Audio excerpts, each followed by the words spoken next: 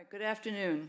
This is a hearing of the Chatham Conservation Commission being held on August 9th, 2023, in accordance with the Massachusetts Wetlands Protection Act and the Town of Chatham Wetlands Protection Bylaw and Regulations. My name is Janet Williams, and I serve as the chair. Today's hearing is being broadcast live on Channel 18 and is being recorded for the on-demand archives available on the town's website.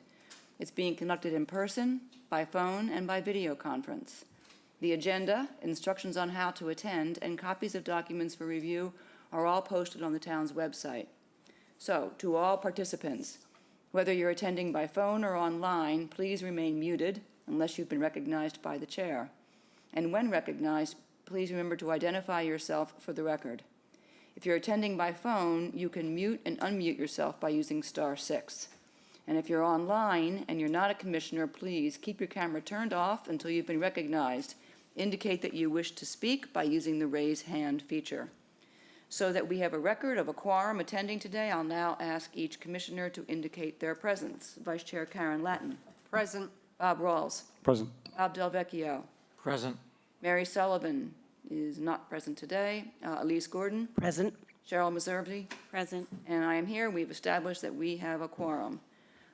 Before we begin going through the agenda today, are there any announcements, Nikki, about any requests for continuances? The only one I have been made aware of is 299 Cranberry Lane, Timothy F. Ryan, SE 103594, continuance to September 13th is what they have requested. Okay, we'll address the continued date when we get to it, but if you're here for 299 Cranberry Lane, that one is not going to be heard today. And with that, Nikki Smith, our conservation agent, will now lead us through the agenda.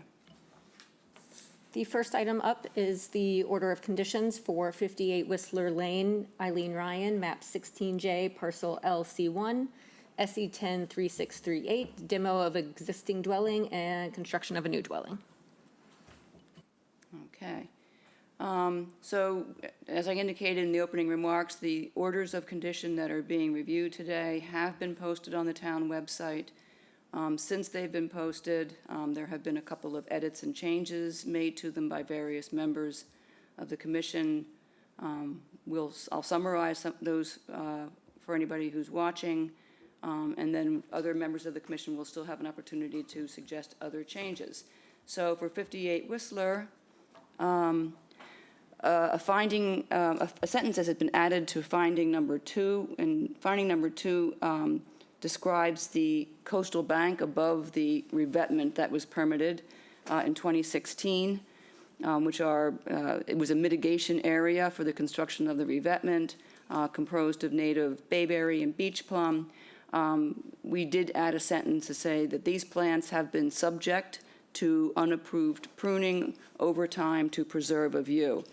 And the reason that we wanted to put that in as a finding is because it will support the condition that no further unpermitted pruning was permitted in this area on these plants or any of the new mitigation plants going in without permission of the conservation agent. So that supports that finding, that condition. There's a comment here.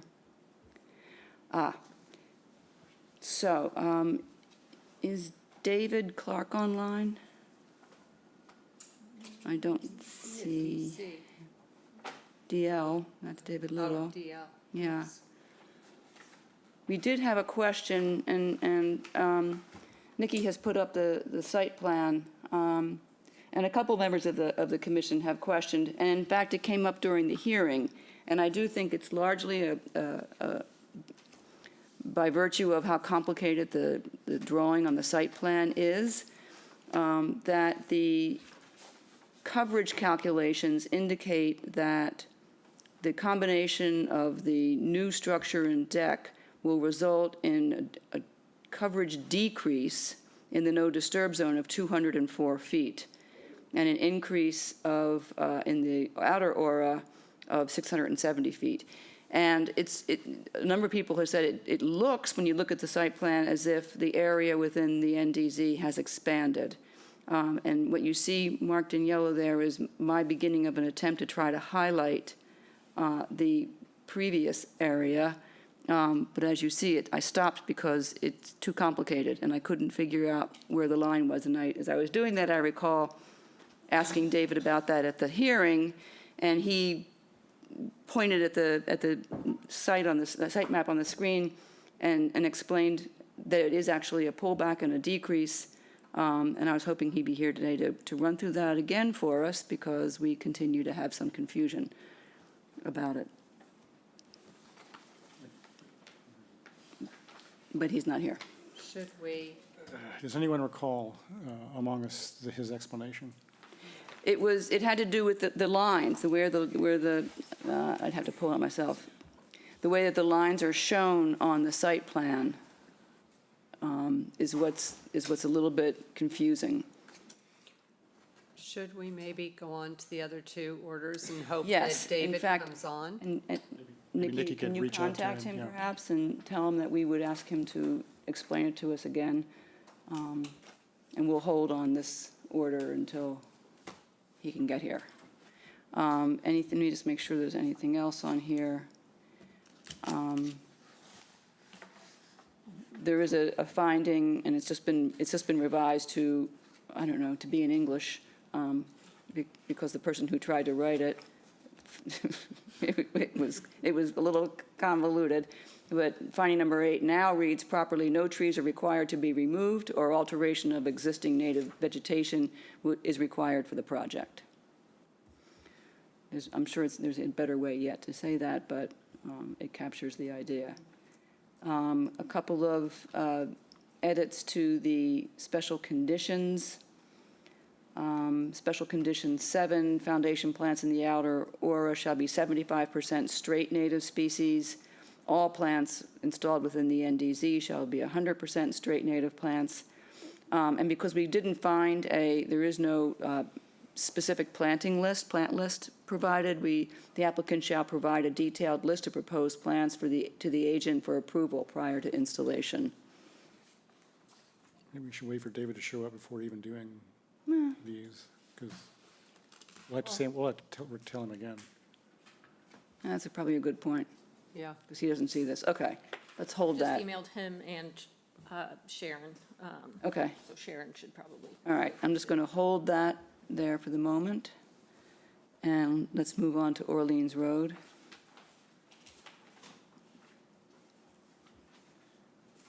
Sorry, that's my cue.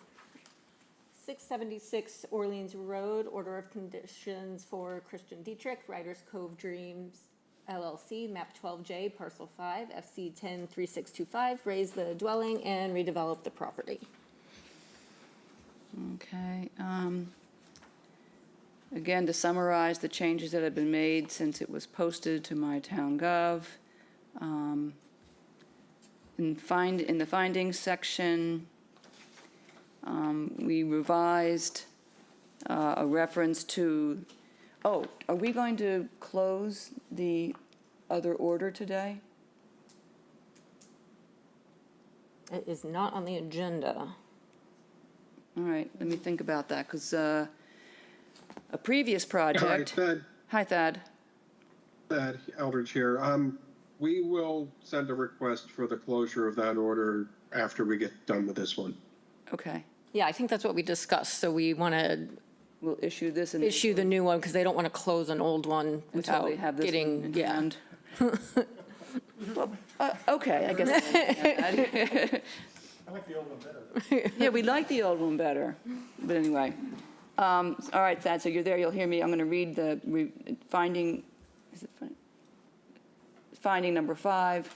Previous project, SE 103457, to raise and rebuild existing structures on the property, which included some retreat from protected areas, was approved in 2021 by the commission but never started.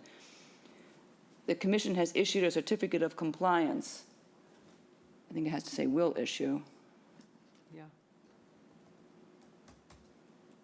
Will issue a certificate of compliance with a designation that the work never commenced. Unfortunately, the new project does not retreat relative to the existing footprint. Just Yeah, just for to make a clarification note. while I'm thinking about it. So we'll approve this then they apply for the certificate of compliance, and then we will we'll approve the COC and then issue the order. Okay. Oh.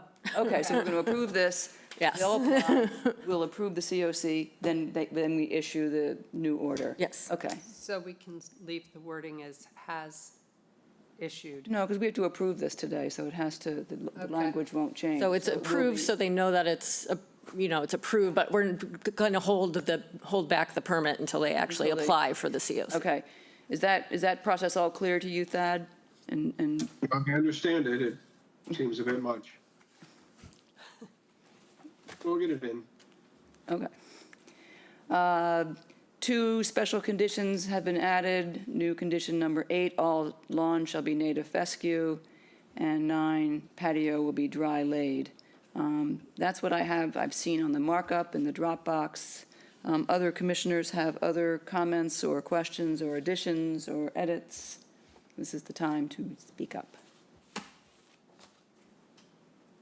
I got a couple of small things. Okay, Finding number 7, yep, it talks about an invasive plant removal. yep, At the end of the last sentence in finding number 7, yep, it says be removed, talks about the invasive. Yep. And it should be, I want to add a couple of words, and managed, okay, yes, okay? yep, And then special condition number 5. yep, It talks about invasive plant management for 3 years only, and I thought we had changed that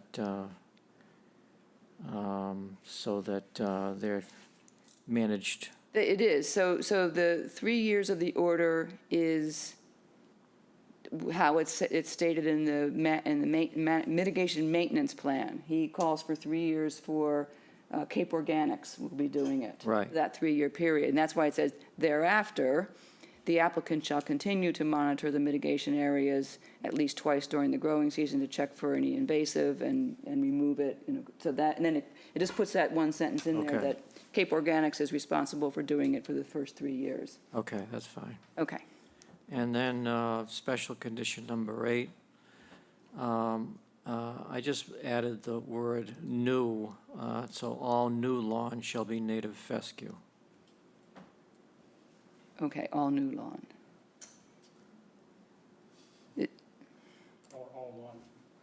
Or all lawn in the resource area, because if they have, In the resource area, that's fine, yeah. Okay, that's better. We want to, That's all I had, thank you. okay. Elise, Cheryl, anything? Bob, anything else? Aaron? Nope, you got mine. All right, Thad, do you have any questions or comments or? Yeah, the 2, and I don't know if these got taken out of the final, but the installation of pools, the pool is outside of jurisdiction. Oh, And that's page 11L, number D. yep, okay. That's true. And then on 11N, the coastal engineering structure, there's Right. already a coastal engineering Yeah. structure. Yeah, so that should come out. Here it is. It's 11 and 12? Yes. 11 Yes. and 12, okay. Yep, there already is a revetment there. Anything else? That does it for me. All right. All right. All right, I think we're ready for a motion to close and approve. I move that we close 676 Orleans Road and approve the order of condition as modified. Gordon, second. Roll call vote. Bob? aye. Elise? Aye. Cheryl? Aye. Karen? Aye. Bob? Abstain. And I vote aye, so that passes. Thank you. Thank you. Sorry. David Clark is out at a meeting all day today. So I'll reply and just ask if she knows if this is of utmost importance that it's issued today, or if it can just be on the next one. Yep. Yeah, if it's not time sensitive, it would be better if everybody were clear about what the impact is in the NDZ. So next up, we have the order of conditions for 68 Judges Way. Caroline Beaumont, map 11B, parcel 1A, R5, SE 103640, proposed swimming pool. Okay, I don't see any changes made to the version that was posted in terms of the findings. Under the special conditions, one member has asked a question. Oh, no, there is a new finding, finding number 6. The existing tree at the corner of the garage shall be preserved and protected from damage during construction, because it is very close to or in the access way. So steps need to be taken to make sure that it's not damaged during that process. And then the question was raised, we're supposed to have gotten a revised plan showing a mow strip between the mitigation and the pool, and demarcation of the northwest side of the mitigation. Can I ask you a question? Sure. Didn't we also talk about rocks in that space too? Like it was kind Well, a of, mow was it strip or decided? rocks, I Yeah, think so is that's what what- we said. And Yeah. he said he would do, In the yeah. order, it just says mow strip, I think. I mean, in the condition. Well, a mow strip is there for access as well as for to allow access to make sure that no invasives get in there. Okay, But we did talk about rocks or a split rail fence or something for Right. demarcation, and I think that our standard demarcation provision is in here. oh, okay. Yeah, I mean, I know it is, I saw it, But you're right, we did. we did. And another new special condition has been proposed. The joints of the pool surround shall be pervious, we did talk about that, so that's in there. I don't think is anybody here today for 68 Judge's Way? This is Andrew Beaumont, I'm here. Mr. Beaumont's here. Okay. Looking for the, your representative. I thought he was going to be on. Yeah, us too. Hope he's here today. Is my memory correct? We were going to get a revised plan? Yes. He did say he would revise the plan. Okay, well, what we'll do is add, we'll make it a special condition that within a certain period of time of approval of this order, that they provide the agent with a revised plan. Our work can't begin until Yeah, we get a revised Well, plan. We could just not issue the order until we I receive don't it. want to hold another, I'm getting these backed up. Yeah, It's just some notes on the plan and some. I know. They can get it to Nikki and then, is that okay, Nikki? Does that work? Yeah. Make it a condition that they will get you a revised plan? I can have him get that over to you. Crystal didn't give us anything. We have something stamped July 31st, but I'm not sure what the original one was. Oh, it's the same date. Yep. So, yeah, we have not gotten anything. Yeah, because the hearing was last week, so it Yep. was the second, so, okay, so Mr. Belmont, we're just going to ask that a revised site plan showing a mow strip between the mitigation and the pool and demarcation of the northwest side of the mitigation area be submitted to the conservation agent for approval prior to any work being done. Understood. Okay.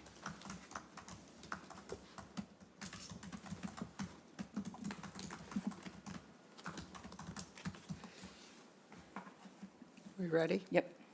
Okay, I move that we close 68 Judges Way and approve the order of conditions as modified. Gordon, second. Roll call vote. Bob? Aye. Elise? Aye. Cheryl? Aye. Karen? Aye. Bob? Abstain. And I vote aye, so 5 in favor, 1 abstention. Okay, David Wilson. and there's David. Well, you're at least not in an interior room, yeah, in a windowless, Get back in the office. No, I mean, not today. Oh, we can't talk to you if you're not. yeah, no, you have to be in a windowless room or we're not, We're jealous. Sorry. it's okay, all right. All right, Nikki, you want to The next notice of intent is the 299 Cranberry Lane, Timothy F. Ryan, map 15K, parcel 7-7, SE 103594, redevelopment of property, new house, guest house, septic, sports court, and land management plan. I received an email earlier today that Mr. Eldridge would like to continue it to 9/13, but but ZBA is 9/14. So, yeah, Thad's still here, so. Yeah, Thad, so it would be our preference to let the ZBA hearing go on, since ZBA had requested significant changes to the plan. We'd like to have them review it before we take this to an order of conditions. So would September 27th work for you?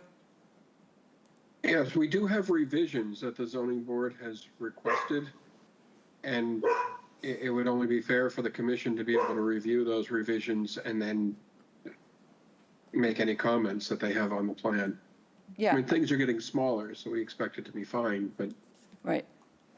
Right, so the way I see it is we'll continue to the 27th of September. We'll review it, we'll ask. 23rd. 23rd? Oops, 23rd? Unless you want to meet on a Sunday. No, I do not want to meet on a Sunday. So we'll review it, ask questions, and wrap it up on the 23rd, and then to the next meeting for the issuance of the order. okay. Okay, I move that we continue 299 Cranberry Lane to September 23rd, 2023. Gordon second. roll call vote. Bob? Aye. Elise? Aye. Cheryl? Aye. Karen? Aye. Bob? Aye. And I vote aye, too. That's unanimous. All right, we'll take that up on the 23rd. All right, and that was for an OOC and just wrapping up any, No, they're submitting a revised plan. okay. The zoning asked for a significant reduction in mass. Oh, okay. So it's coming back to us smaller. So we'll take a look at that, and then the following hearing will issue the order. All right, there we go. The next one is 93 Scattery Road, Scott Ward and Ingrid Goldman, map 16J, parcel 20A-9, SE 103639. Replacement of portion of the foundation under the south wing of the dwelling, replacement of a portion of a deck adjacent to the cottage with a patio, minor grading, and site restoration. We did find in the zoning file, I believe it was, a page of an order of conditions that mentioned that tennis court shall be pervious and whatnot. So I think that was, let me see what it actually says. The tennis court shall be of pervious material and not asphalt type of material, but that was in an order of conditions. Right. Dated 1986. Right, so, David, I'll let you go ahead, but you had the good idea to reach out to Chatham's local historical artifacts of all site plans and surveying done in town, going back to time immemorial, and sure enough, Eldridge Surveying came through for you. And I have here now the order of conditions that was approved on July 2nd, 1986. Looks like it was issued on August 15th, 86. So that closes out the long ongoing search for authorization for the tennis court and the pool. So thanks to you and thanks to Thad for digging that out. Well, thanks to Thad and also Sarah Clark. I mean, she was the first person that was able to come up with the information that Nikki had. So I think we're ready to close. We provided you with a new planting plan from Blue Flax, which added larger and an additional tree as requested at the first hearing. And aside from that, what I can say is we're happy that we were able to put this issue to bed, because the applicants intend to come back with a future filing for replacing the tennis court and installing a new swimming pool. Right. There'll be it's a larger redevelopment project, so we'll have more opportunity to talk about that in some detail when that happens. So this is really just for this much more preliminary proposal, but we no longer have the issue of approving a site plan that has elements that had not received prior approval. Thank Yes. goodness. Yes, and we have that. We talked about that revised Blue Flax plan at the last hearing, right? Yes. Yes, okay. Yes, we Yep, did. Yep, we've already been satisfied with that. Okay. Questions, comments?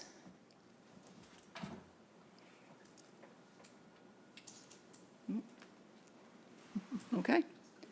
I think we're ready to continue this to the next hearing, which is August 23rd, for the issuance of the order. Does that work for you, David? That would be great. Thank you. Okay. Just on that note, do we have any specific conditions, findings, other than the tennis court was previously approved? I don't even think we need to mention it.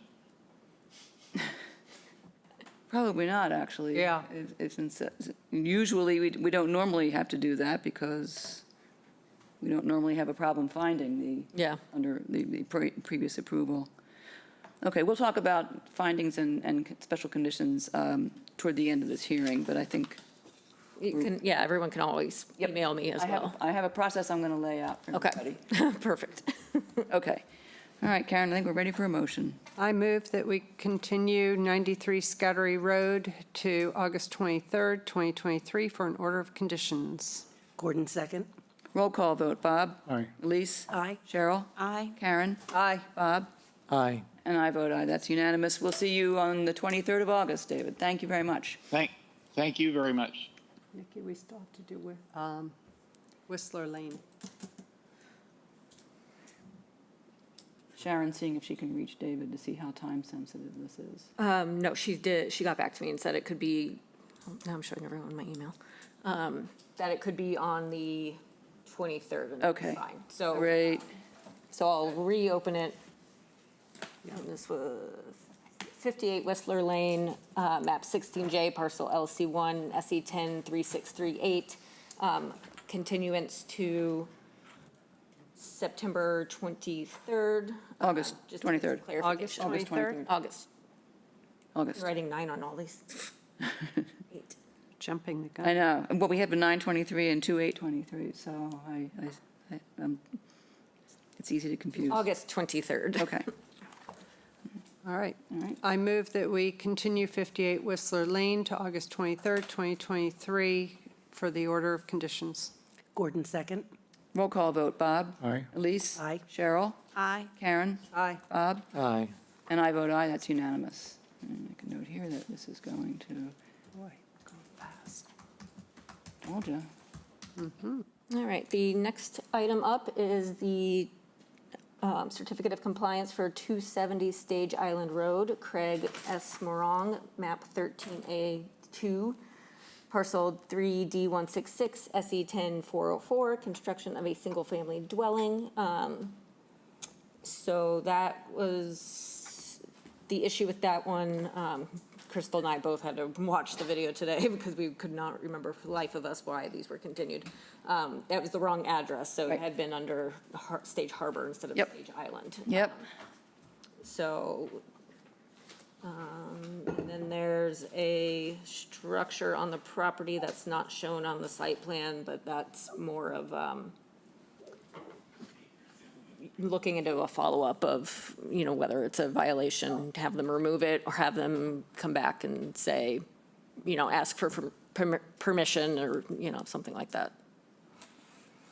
It doesn't impact the certificate of compliance? I don't think It just so. goes on to the let's investigate list? Yes. On the tracker? On the tracker? All right. Adding, Okay, so we'll do that. Are there any concerns about the certificate of compliance? No? Okay, Mr. I'm- Litchfield does not have his hand up, so we're good. You want to make a motion? I move that we approve the certificate of compliance for 270 Stage Island Road. Gordon second. Roll call vote. Bob? Aye. Elise? Aye. Cheryl? Aye. Karen? Aye. Bob? Aye. And I vote aye, too. That's unanimous. Thank you very much. You're very welcome. Thank you for hanging in there, and sorry it took an extra week. That's all right. Next up, we have the certificate of compliance for 23 Rover Run. Mark and Jane Johnson, trustees, map 12J, parcel G6, SE 103217, demo existing dwelling and construct new dwelling with pool and patio. And then it was decided this one was going to be a partial certificate because the plantings hadn't been in long enough. Or I guess we're changing it to, just watch the meeting. The plantings have not been in long enough, so Right, we're they only asking went in if in it could be a 21, partial. Yeah. Or 22. So it's going to be everything except the plantings? Yes. And we'll pull those out. Okay. Anybody have questions, concerns? All right, ready for a motion? Okay. I move that we approve a partial certificate of compliance to 23 Rover Run for all aspects except the plantings. Gordon, second. Okay, roll call vote. Bob? Aye. Elise? Aye. Cheryl? Aye. Karen? Aye. Bob? Aye. And I vote aye, too. That one is approved.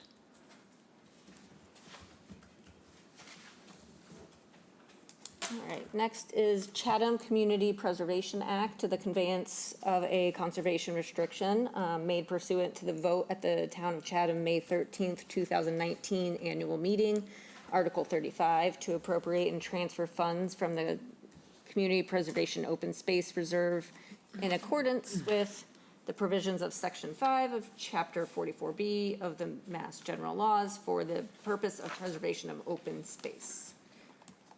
So what, So this, Julie from CCF had dropped off the document saying, please sign ASAP for us and the selectmen. And we, while it was voted on at town meeting, neither board had actually voted on it. So we just wanted to be official. So it was approved at town meeting, but the Board of Selectmen wanted us to approve it. Oh, because it's got open, we're using open space reserve. Okay. see how this is. Yeah, now it's Now you get it. hitting me. So what do we need to do to vote to approve? Which property is this? I don't tell what. Jackknife, I believe. Jackknife. That's a good. They are doing, I can't remember what.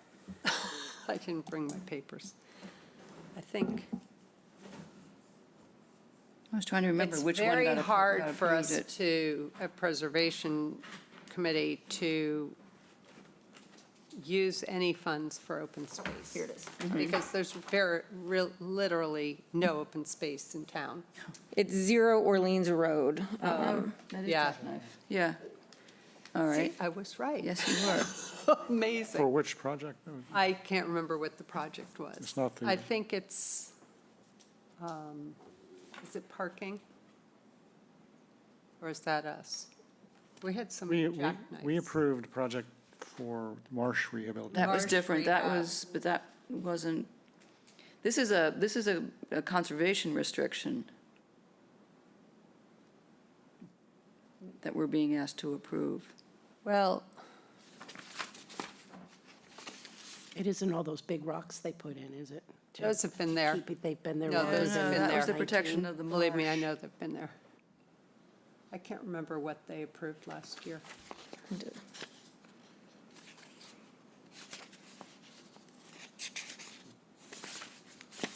And all of this is just the normal 2019. passive recreation, yeah. No, this was Is it last actually a year. conservation restriction document, or? Yes.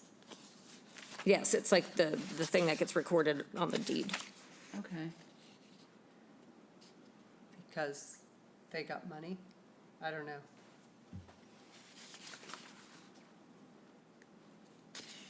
No, this is I all cannot general wording. I don't have my documents in front of me.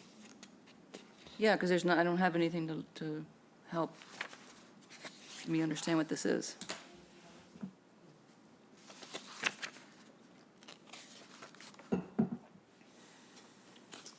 Shoot.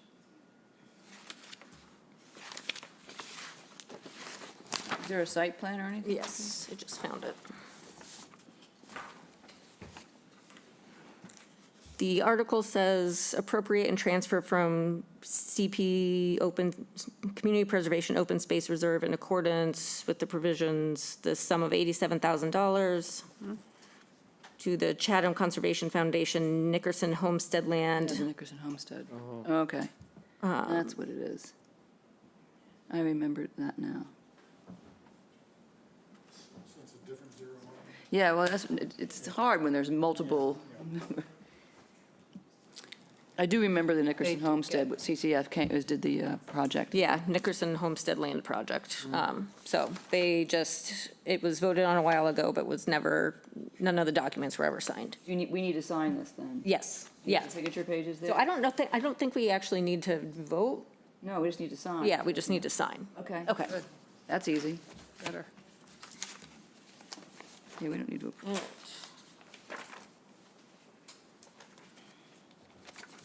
I'll get that to you after. All right. All right, she'll pass those down as soon as we finish the next, we can move on.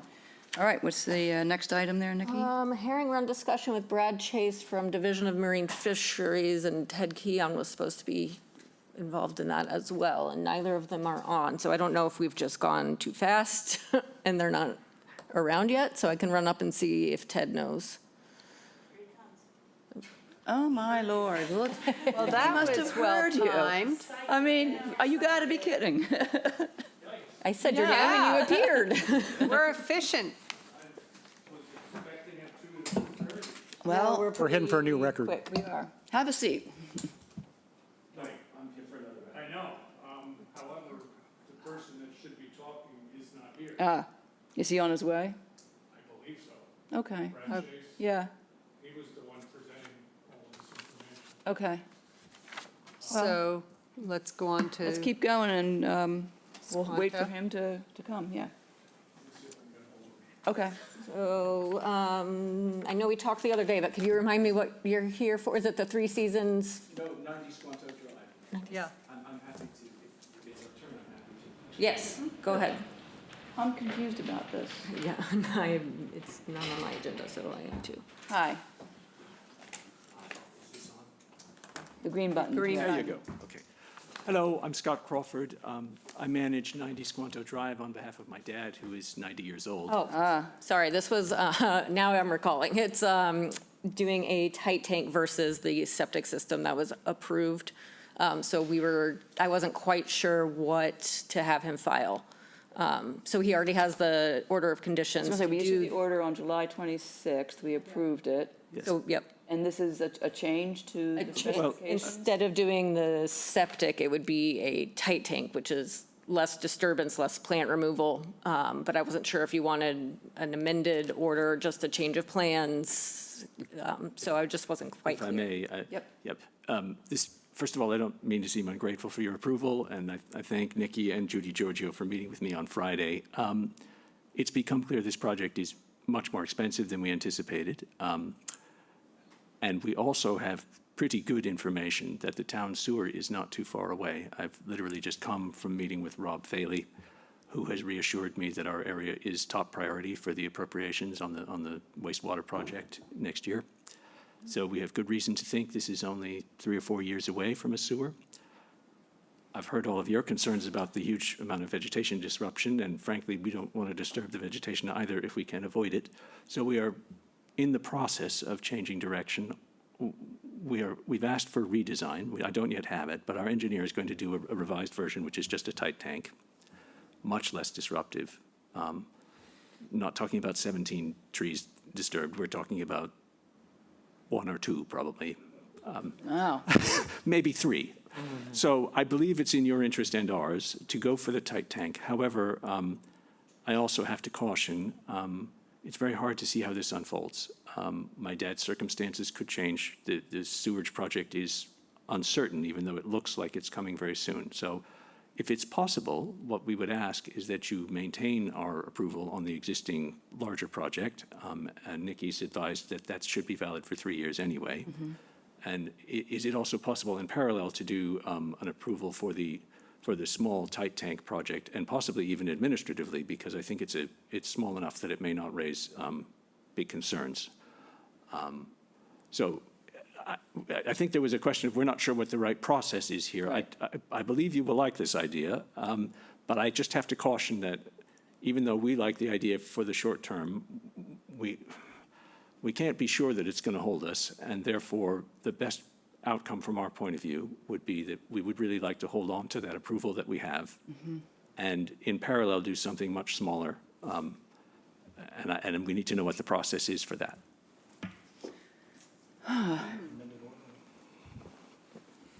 Amended order? Seems like it's a lot of process to do. The problem, the thing that jumps at me right away is that we would have two inconsistent permits for the same property, one for a larger, one for the smaller. Maybe there's nothing wrong with that. We haven't done that before, so I'm struggling with what the right process would be. It's desirable from my point of view. The other possibility is it possible to amend in such a way that you could make clear that there's nothing wrong with the prior approval, and it might evolve that we would revert to it in the future. I don't know. What we could do is it'd have to be an amended order and add it as an alternative, so that, or as a preferred alternative, or something like that, that this is what the commission would prefer to see. But then what happens if they find they need to put in the septic? Well, it's an alternative, so the amended order would give them the flexibility of doing either. Or both? Because what if they try, that's what I'm saying, is if they try the one and it ends up, as you said, I think this is what I heard, that if it doesn't meet the need and something, you might still need to do. One possible scenario is that we could do the smaller project and then find that we have to do the larger one in 2 years' time. See. Okay. It's impossible to know how it So it's unfolds. My hope is either we never or. need the larger project. Right, That would be right. the outcome I think we all want. But you understand, we can't be sure. And in case you're not aware, the tight tank comes with various conditions that are quite restrictive. So you could imagine it becoming a situation where we would really need to go back to the request for the full. And it seems a shame to start from zero if we end up there. Does this also have to go to Board of Health? Oh, yes. I assume. Yes, I met with Nikki and Judy Giorgio on Friday. Okay. Judy has there are rules about tight tanks that are very clearly laid out. I believe she may be able to do it administratively rather than the board having to do it on the revision, but it definitely needs their approval. The whole property is within 100 feet of the coastal bank. Everything we do requires approval. Everything. Remind me, did I ask? So this is good for 3 years, but you weren't sure what exactly the route you were going. So could you wait until you're more sure? I believe I asked that. Well, we can't really wait too long. You can imagine the Board of Health is not keen to have an extended situation already where we have a septic system in not great shape. There's also an Is interest. the current system in failure, is that? Yes, it's having to be pumped every 7 weeks. Okay, So it's not a complete failure, but it's definitely needing some kind of solution. Okay. There is an urgency. And we certainly couldn't wait a year. We need to have an availability of the property in plenty of time for next season. So I think it's highly probable. I don't yet have the cost quotation for the tight tank. Some of the builders will simply not give you a quotation until they've seen the design, and some of them will wait till all the approvals are in place. And that's really why we got so sidelined last time. But I believe it is highly probable, once we have the design and I can have the quotation from the builders, that we would be going forward with the smaller tight tank. We're pretty sure from our discussions in the family that's the right option for us for now. I just wanted to be clear with you that we can't be sure that's the right option all the way to the sewer project. That's our hope. Yeah, I would just do some sort of amendment to the order that says, I think. it is, I mean, this is why I had him come, is because I wasn't Yeah, quite sure what the route to go, because Through it. this The is order approved. would stand as it is, An alternative and it amendment. would add an alternative to it. So he could do what is approved, but, and the condition would say, of course, that he has to come back with the final plan for us to just review and see if we, even further needed to amend it, I guess. Right, but it would also change So it does require a new site plan, because you have to identify what the impacts would be. They'd be smaller. So the site plan would have to be added. to Yeah, the which would amendment. have to be done for Board of Health anyways. We certainly have to do a new engineering plan. Yep. It may not warrant someone like Phil Cheney's time. If it comes out the way I expect it to, you would have to tell me what you require. But we will have a new design. We can't build anything without a new design. Right, no. I was looking at the tree mitigation that would, yeah, Phil would need, if you go that route, the alternative and do the tight tank, then the mitigation plan would change as well. There'd be fewer trees coming out, so therefore there would be fewer trees required to be planted. Oh, yes. Okay, so then I think where we're going is that you would need to submit a request for an amendment of the order that requests to add the proposed approach as an alternative that the applicant can opt to do. And they're not mutually exclusive. You could do the tight tank, and then if that did not address the concerns, move to the approved septic system. And then with that request for an amendment, submit the revised engineering and the revised site plan with impacts, what trees would be impacted by this, and mitigation plan, Yeah. which would be much smaller, presumably, but that's my guess. Does that sound right? Does that sound like a I think, reasonable approach? I think that's the way to go. All right. Yep. That's, It works for me. Thank you. okay. So Thank just you. get all that together, you submit it to Nikki, and we'll get it scheduled for a hearing, and you'll be good to go. Thank you. Thank you. Yeah, that's kind of the only way I thought it could be done without just closing this out and doing a whole new filing, so. It was, Well, I will say that the process of applying for an amendment to an existing order of conditions isn't a whole lot easier than applying for the original order. You still have to comply with the butters notifications and the publications for the hearing. All of that stuff is triggered by that.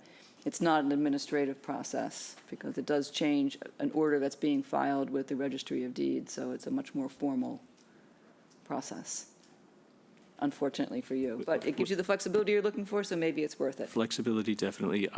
There is an opportunity to do this project in October when I can next be in town. So if we could possibly make it happen by that timeline, which, by the way, the Board of Health has, under the current order, required that we solve this by October. So Okay. if we can.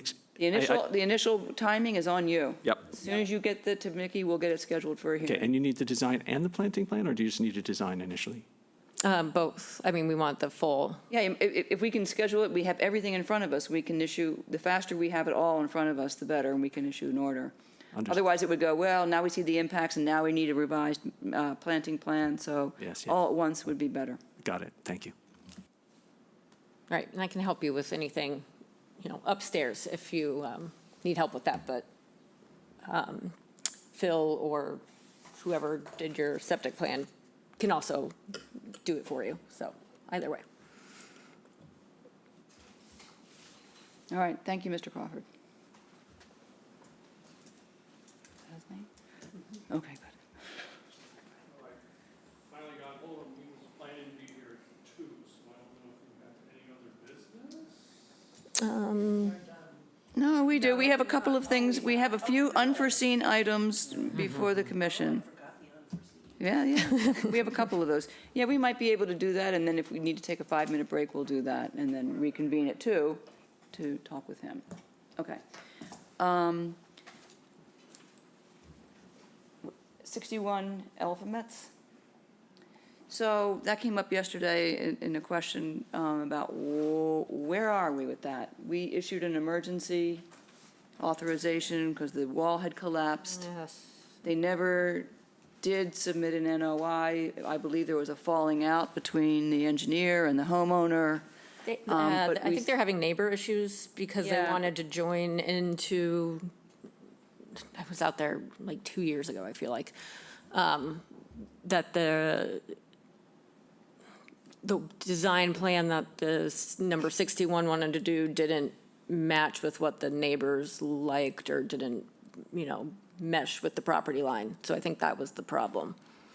Do you know what the current status of the wall, the seawall is? Is I it, don't. They got an emergency approval just to flop them back up on right, so it's just a Yeah. temporary fix? When I was there, it's just rocks. Not even a temporary fix. It's They- just rocks laying on the ground. That's why I was wondering what was going on. Right, and that's why we thought maybe a well-timed call from you, Nikki, to Yeah. say, what's happening? Yeah, Bob Perry was involved with it, I think. Yeah, Yeah, then he- and then he said he wasn't. was out. Yeah, something happened. Hey guys, it's Crystal. Hi, Crystal. Bob Perry withdrew that application. Right, Right. right. Remembered that part after he Okay. withdrew from representing them, and that's the last thing we heard, but I Right. guess our concern is that there's still a problem at the site. And we gave an emergency approval, and I don't know how long. Those are like, I don't have it in front of me, but it's like 30 days. Yeah. no. Right, well, it's been way more. Yeah. Right, but they did whatever they deemed necessary, popping them back up. I think they Yeah, just they left. did what they could to stabilize it. I know that, until they could figure out the neighbor issues. Right, so I guess just trying to find out what's happening with that and whether they're anywhere near filing for a permanent solution. All right, yeah, it's stagnant, so I will, Yep, Yeah, right, it's stagnant, it needs to be tapped on the shoulder, yeah. kicked in the Woken butt, up. can woken up, we- and say, what's happening? They did what they did for the emergency, so in theory, can we even if it's having a detrimental effect on a wetland, we can make them do something, but Right. if not, and they are fine with the way it is, There probably won't be an impact unless there's a storm. And then there'll be. And then there'll be, Curious what and there's likely to yesterday be. did with the amount of rainfall. Yeah, I didn't go out to look, but that could be a good lead-in to your call. We were thinking about you during the storm, wondering what's going on. yeah. yeah, no, I have a good relationship with the guy, so. Okay, good, No problem. okay, All right. okay. Do we want to talk about the violation tracker update? Is there anything? I updated 6 or so today. I'm looking at it, yeah. Oh, yeah, let me undo what I just did. Leave your red stuff in there. Is the Yeah, red- I did all mine in red, so I was That's kind of unique, thinking maybe we okay. change colors each time someone Yeah. updates a certain property. So, it Okay, started so out in letters black, have now been- it's going to go letters have red. been and- issued to the geraniums. That's-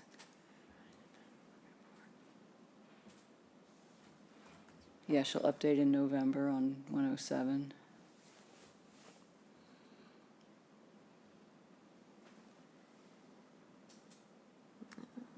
Just pulling it up. I don't know what we want to do about Morris Island Road. Yeah, that's the next one. I think it should get bubble to the top. Yes. It's been here as Yeah. long as I've been on the commission. Yeah, no sign of any restoration. The shed's not there anymore, though, right? Yeah, I think they moved the They shed. moved the They moved the shed. shed. I did notice that. I went by and looked and said, okay, the shed's gone. Vegetable garden's still there. The vegetable garden Well, is still there. It looked to me like they weren't using it as a garden anymore, but the The garden cages, the fencing was all still there. But I don't think, unless they're, it didn't look like it was being used as a garden. So, better, but the fencing probably needs to come down. And then there's the question of restoration according to the original plan, because that's a mitigation area. Is there, there's not been a COC issued for this one yet, right? So it's still For the- in our active jurisdiction for the mitigation area? That's a good question. I don't think so. I don't think that a COC was issued. Right, so this is still open, which gives us. Yes. Right, because what I was concerned about is whether we have the right to, on a mitigation area, require restoration of the mitigation, and the answer is yes.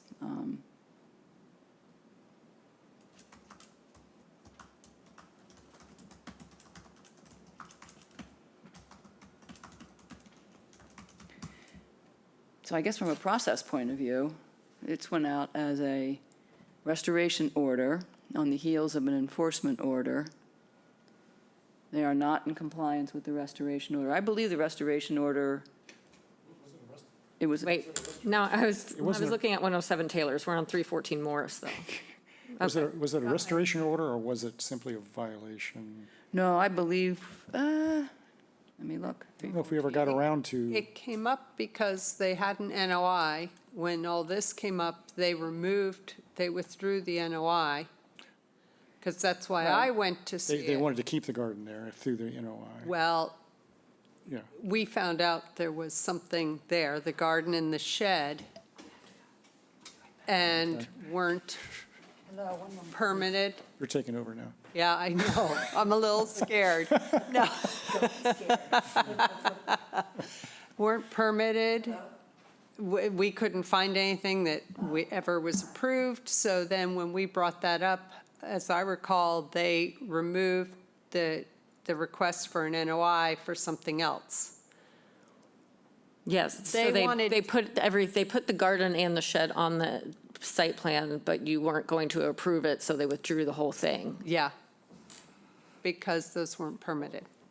What was the NOI about? That I don't remember. I can't remember. All right. What I remember was I couldn't figure out whatever they wanted to do, why they were doing it where they proposed and not more to the front. I think it was putting in more gardens, more, Okay. So some sort of garden. we have not approved we have not, This one, there's no restoration plan. No, no, it may have been an enforcement order. I think that's where it stopped, Yeah, died. I'm not even sure that an enforcement order ever was, Well, it may have just been a letter. It may have just been a letter. I don't know, Nikki. You have to it would have been let us know what actually early went out. 2020. yeah, so I mean, I haven't, like I said, I did this, 6 of them I looked into, but I haven't gotten to all of them, Yeah, so I. but if you're haven't looking for a looked, but- letter, it would have been early 2021, because that's when I came on. All right, So anyway, yeah, so. this is the hot one now, I You think. want that one next? Okay. But thank you for looking into these. This is good. Yeah, and so then the next one I did was Frostfish Hill, which was that weird one that wasn't in Conscom jurisdiction, and the CCF has the restriction. Yeah, the access path. Yeah. So I don't really even know why we were involved in an enforcement order, because it was Callie who did it, so I don't know what the reasoning was. But it's been planted, and again, it's not even in our jurisdiction, so I recommend just closing this one out. And Yeah, I don't know. I think there must have been a good reason why we were involved, but I looked at it myself, and just from a distance, it looked like they did what they said they were going to do.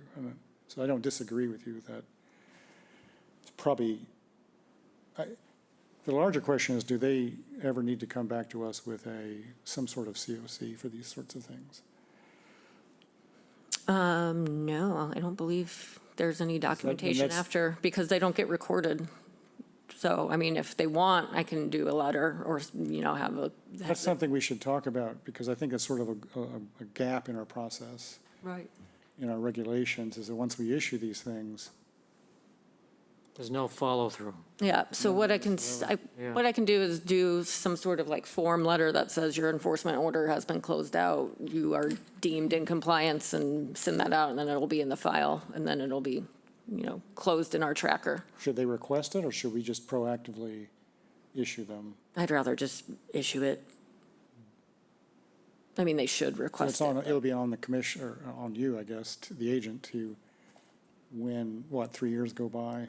Well, it'll be, so if we keep up with this pretty well, then we'll go out and we'll say, you are not in compliance, and then they'll have to, talk to us. Otherwise, I could just say, we did an inspection, you're good to go, like, we're closing it out, and, It'd be good to have A process. a policy on the books about how we handle violation follow-ups.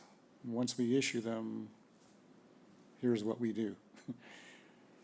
Yeah, and then. for future commissions and future agents, so they just continue to follow a process, because right now there isn't one, which is why we're doing this now. You have to look at the ongoing maintenance too, of the invasives and everything else. I mean, that's, But if it's not, there's no order or anything, no. how do I mean, we, there's no way to, how do that's what I we mean. There's no, continue to look at it? there's no way to really track it. There's a restoration, this is for 41 Frostfish, right? In Yes. Dropbox, there's a restoration order that was drafted. Yeah. It's not dated, Not long but ago. it's drafted. I don't know if it was signed or not, so. Well, that's what I'm saying. It's not in conservation jurisdiction. I have no idea why an enforcement order could be issued for something that's not in conservation jurisdiction. Okay. We don't have, That makes we don't sense. even Right. have power over the property. Well, at the time, we thought we did. Yeah, no, the CCF does, but we don't. So I think we thought we they did. probably came Got it to Callie and wanted her Came to, to Callie's attention. Yeah. And we dealt with it as a commission, and they submitted a plan, and we approved it. So, at the time, we thought it was within our jurisdiction. right, which, so this one is, I mean, I just think we should close it out. They replanted. It's, again, I have no jurisdiction over, it's not in wetland jurisdiction, so I can't do anything. I don't understand how anything happened in the first place. Well, aside from whether we have jurisdiction, I agree that it's not something we need to, it looks like in flight. Yes. I think even the original owner is gone now. Yeah, I don't know. I haven't talked to him since he showed me the initial plantings or Yeah. something like that. I agree with that part. Yeah. But hopefully that another one of those doesn't come up. Yeah, that one's a weird one.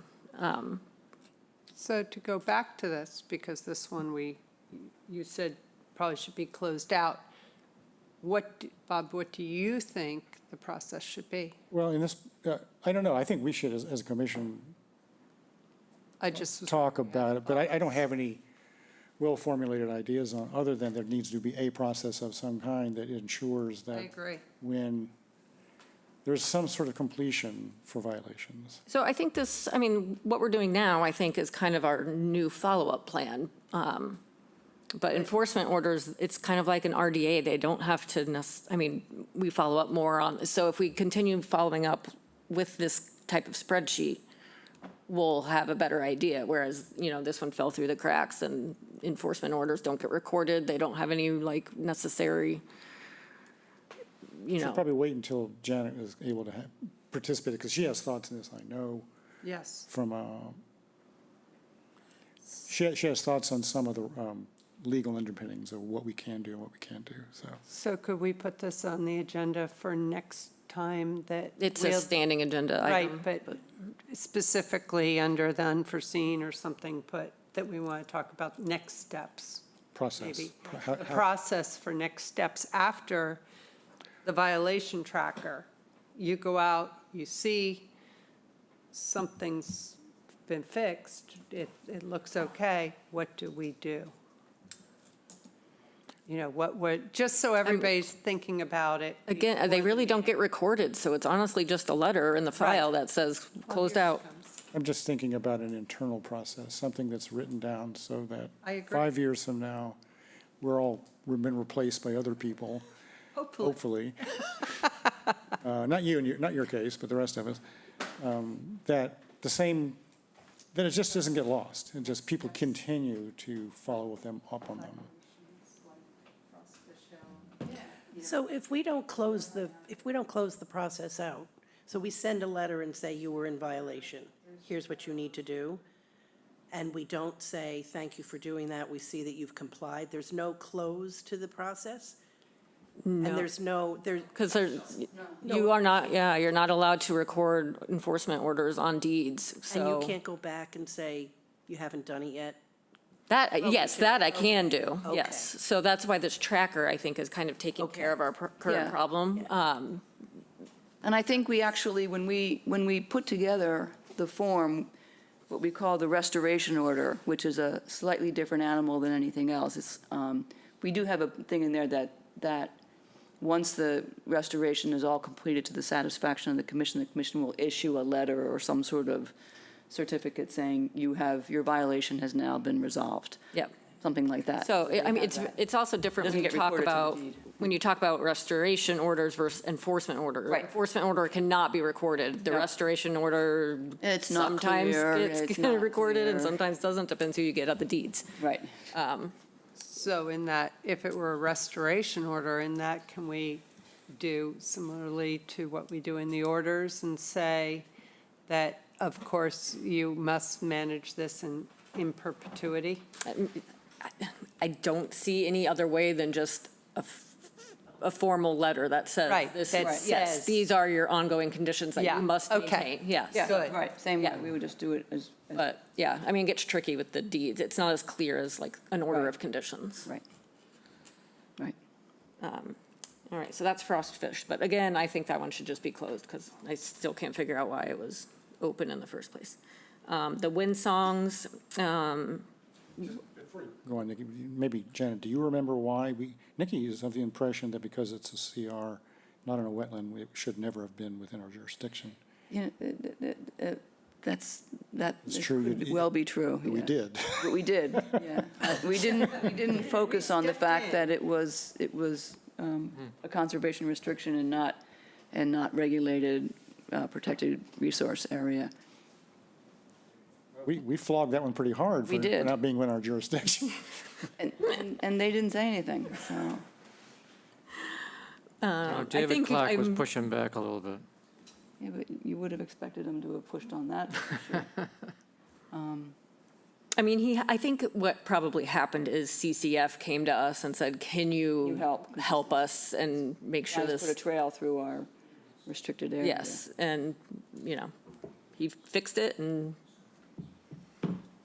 I don't know how, I mean, legally, I don't think we had the right to tell him to do anything, but. Has it been done? Yeah, I Yeah, thought so when I went by, yeah. Has it been done completely according to the restoration plan? I don't know unless I were to go there on the property and, look. But I could, from the road, obviously. Right, stuff from the is road, done. it looked like it had been done. all right, and the next ones were the two wind songs. Site visits were done, but it was a little while ago, and it was all pretty much extensive invasive vegetation that was going to grow back immediately. So I'll check to make sure that the actual work has stopped and they're not continuing to prune. But otherwise, I mean, like I said, it was all invasive stuff that's Okay. going to pop back up the next year. So I'll just do a quick drive-by. So wait, it's all invasive vegetation that was, Yeah, they were just topping basically invasive stuff for the most part, for view, and so it should be back. This is one where you and I, yeah, Yeah, we met, that's when you first showed up. Yep. yep. Yeah. It was extensive. It was extensive, but I But it didn't was- realize it was all invasive Yeah. vegetation. I mean, I went out there the next year, or it was winter when we went out, so maybe the next, like, midsummer I went out, and you couldn't even tell it was done. Yeah, I think the time when we went there, it was winterish, Right. and we couldn't tell what it was. Right, But right. It looked exactly back to normal. You couldn't tell anything had been cut at all, so. Right, so the key thing is they stopped doing it. Did they stop doing it? Yep, so I'll double check on that one before the next meeting and make Okay. sure that they've, haven't done it again. Okay, And that's all I got to for this week. that's pretty good. Yeah. So, all right, different color next time, and we'll pick it up there. Yeah. Sounds good. All right, thank you. Good. All right. Thanks, everybody. Thanks, Crystal. Yeah, Thanks, Nikki. Crystal. Thank Bob. Thank, I think everybody Yep, Crystal? pitched in on that. It was good. Isn't there a order for one of them that Bill Cheney said that the work has been done? I don't think you mentioned that one. Because that one's a good one, because it's actually been done. Yeah. We don't, do I haven't been out there to, you know not which that one I- she's talking about? Orleans Just- Road, maybe? 271 Forest Beach Road. Or no, 20.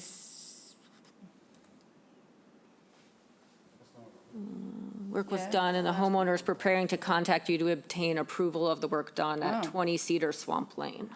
Okay. Cedar Swamp was Phil Cheney. I remember that now.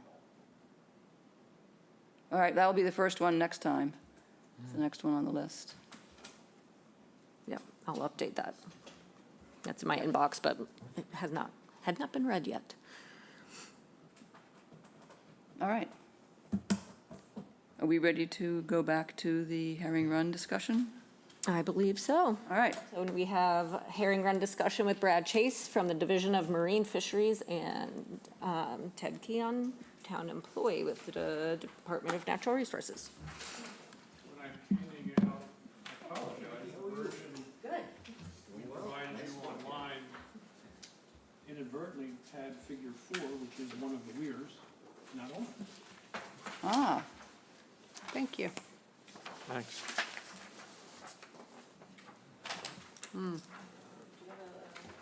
oh. I only saw the caption under this. It said degraded steam channel. I said, it looks pretty good. I don't understand what's so degraded about I it. was looking at it, like, where'd the picture go? I didn't notice the top part that was, all right.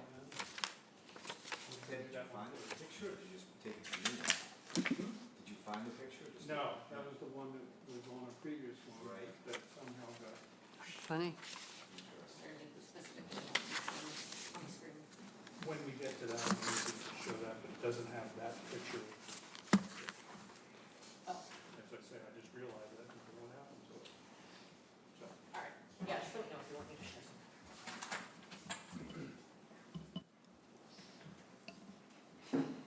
thank you, and I'll just start very, very briefly, intro. Writers Cove hearing one. Oh, yeah. I'm sure you all know we have a herring run. It's really the only, I would say, viable herring run in Chatham at Riders Cove. Been maintained by the town for many, many years. Previous herring warden, Donnie St. Pierre, got recognized for his how many years? 57. Yikes, years as our herring warden. Finally decided to pass the baton to our new herring warden, David Peterson, who I guess is shellfishing today, wasn't able to attend. And he's done a very good job as well. Brad Chase, who is the project team leader for the state Division of Marine Fisheries for the Diadremus program, kind of approached us indicating that the state has some sort of new guidance and authorities, if you will, and recommended that Chatham kind of pursue some of these O&M in particular protocols to adopt them. And then also, Brad's very familiar with our run. He inspected it with us and recommended some repairs that we've frankly been aware of for years.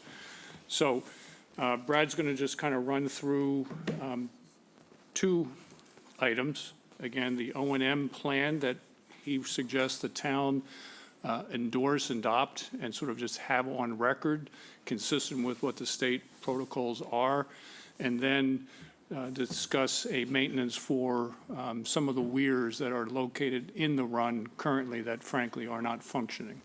So with that. Thank you, Ted. Good afternoon, everybody. I'm Brad Chase. I work with the Massachusetts Division of Marine Fisheries in New Bedford, and I lead our Diadremus Fish Project, which takes care of the sea run fish in coastal Massachusetts. So I guess I'll first discuss the stream maintenance plan, and that will lead into the narrative on the repairs at the Stillwater pond site. And so stream maintenance, really what it is taking care of these river channels in coastal Massachusetts where fish come up in the spring to spawn in our ponds and lakes. This work has been done for hundreds of years. The towns have always taken control of it. In recent years, there's been some question of how this work fits under the Wetlands Protection Act. And so we found some pushback in some areas. So we worked with the state DEP to develop a policy that would allow people to do this work if they operated under an approved Division of Marine Fisheries stream maintenance plan. And so that policy came out in April of 2022. It's in place. And what it essentially says is that DEP recognizes that these fish need help and these practices are compatible with the Wetlands Protection Act. And so what I did was I drafted a plan. This is the 13th plan that I've presented to towns so far. And what it does is it recognizes the existing statutes, the policy, and then puts an outline for the work that could be done in Chatham honestly, this work, Donnie St. Pierre did this work forever on his own. Just went out there. If there was a tree fall, if there was a debris jam or trash in the stream, he would remove it. And now it's a little more complicated, but at least in this way, it's a plan that we draft. You guys will take a look at it, decide if you like it or not. I can make edits, then DMF would approve it, and then it's in the file for the town of Chatham to do this work forevermore. It's a little bit different because before the policy, I would draft these for approval by conservation commissions. Once the policy came in, it said there's no further review necessary under the Wetlands Protection Act if an approved plan is in place. So that's what I'm pitching here tonight, is the stream maintenance plan. It's very simple. It recognizes the policies, the state regulations, and then it lays out an outline for visiting these sites 3 times a year, 3 different seasons, and then it outlines basically handwork to remove dead vegetation, encroaching live vegetation, tree falls, debris jams, that type of stuff. In my experience, if this work isn't done in these, particularly Cape Cod coastal streams, the material just builds up, and eventually the fish can't pass. We've gone long past the time these rivers could just push these debris jams out on their own. It requires annual attention. So that's the first thing I'm here to discuss, is that plan. And I'm happy to take comments or, have you folks give us edits down the road. But I do recommend that it's a good approach, and it gives town staff and volunteers working under town supervision the ability to go out and take care of these streams.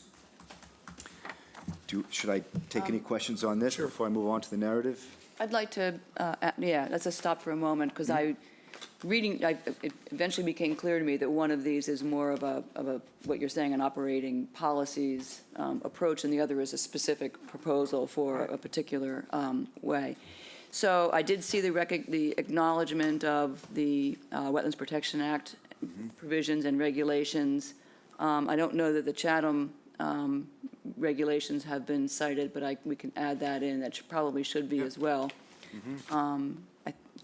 I can give you the specific citation to it. Yeah. So, assuming that we approve this, what does it mean? Does it become implemented as part of the town maintenance policy for this particular fish run? Is that how it would work? I mean, that's what I expect. Admittedly, we've been going out and doing this, quote, forever. I mean, Donnie has been doing it, as I indicated. We've had some, good projects with one main project with the new herring warden a little over a year ago. And again, when Brad presented the fact that, there is this new authority, he recommended that we get on record, which makes sense. So it's really just something for us to maintain on record, have some guidance, frankly, for the current herring warden or the next herring warden to sort of know what his bounds are, if you will, and just have it as an approved protocol to do annual maintenance. Okay, so would it be adopted in a writing as part of how do we? We don't really have any formal herring kind of Yeah. regulations or such that would, Would it be a guidance document that would be handed out to yeah. anybody who's part of the volunteer group, or correct. new herring warden would use it? Yeah, Okay. it's really, and I don't mean to belittle this, it will go into the file, it's part of this record that this has been approved. So if we get if someone wanders around and sees us pruning and wonders why we're working the stream, I said, we haven't adopted an approved O&M plan to allow this work to continue. Okay. So it's really just to provide us, not cover per se, but an allowance to do what we feel is appropriate to maintain this run. Okay, got it. Other preliminary questions on it?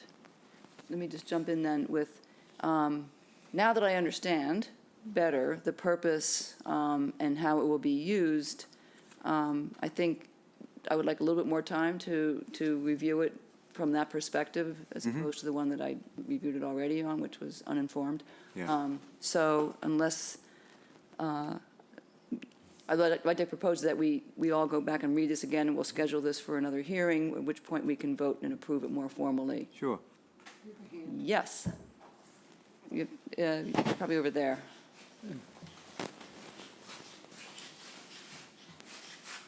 Hi, I'm Lauren Arcamano from the Chatham Conservation Foundation, and my question is, how does that apply, this guidance document or policy, how does that apply to our property and the herring run that we have on it? Does that cover us as well? What property is that? It's the herring run on Route 28. So that would be from below Lover's Lake to Route 28? To Riders Cove. Yep. Yeah, so that's included here. There's, under the area of work, it has 3 sections, and that area from Lover's Lake to the culvert at 28 is covered. Okay, so my question is, will the Chatham Conservation Foundation be specifically named as allowing us to do anything on that property in compliance? I'm trying to digest your question. Is it for your, quote, staff, if you will, your clientele? Because right now, this is assuming it would be under direction of the Natural Resources Department with state assistance as necessary in the herring warden. Are you looking for Right, your but own? it's on our property, so if our volunteers wanted to take part, or in the past, we've had the, who's it, the Salties? AmeriCorps, I Yeah, think. right, so again, I want to make sure that it does not preclude us from working on our own property, and that it would include us in the document. I don't see how it would be precluded if, depending on what the activity is. I mean, if it's stream run maintenance, as I read this as it's written, it would be under our oversight? If I could make a recommendation, I think the way it's written, it's under the Department of Natural Resources oversight. In other towns, what I've done, sometimes is a very active watershed group or conservation trust like yourself.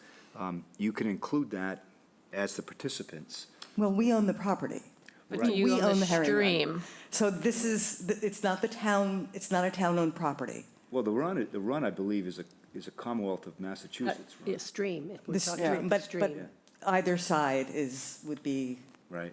conservation property. So again, can we lead a volunteer project on it? Is that within these regulations that we can do exactly what you're telling the Department of Natural Resources that they can do? My recommendation, and it's really up to everyone else in the town of Chatham, would be to include your organization under participants. Terrific. As a volunteer group. But just urge that you coordinate your activities with the town.